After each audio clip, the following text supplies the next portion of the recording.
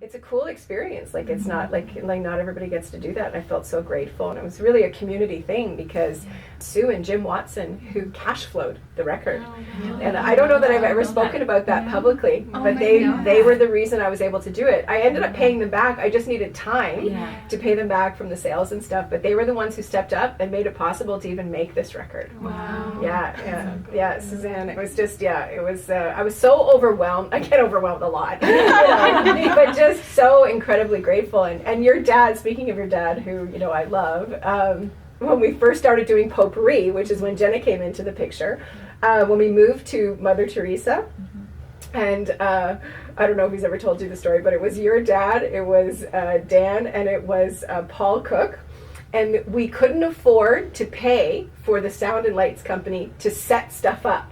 We could only afford to rent the gear. And I'll never forget it. The truck comes in, and we unload all the crates, and the truck leaves, and there's me, your dad, Dan, and Paul looking at the buckets. What do we do? So anybody know where we start? No idea.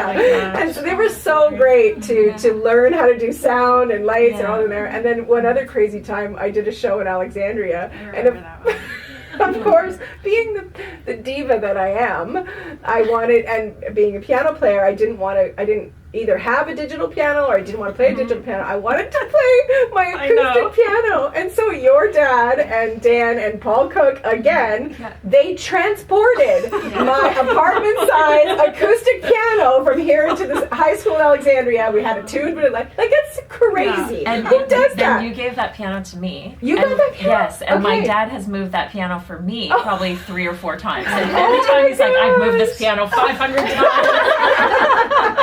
Oh, that's so awesome.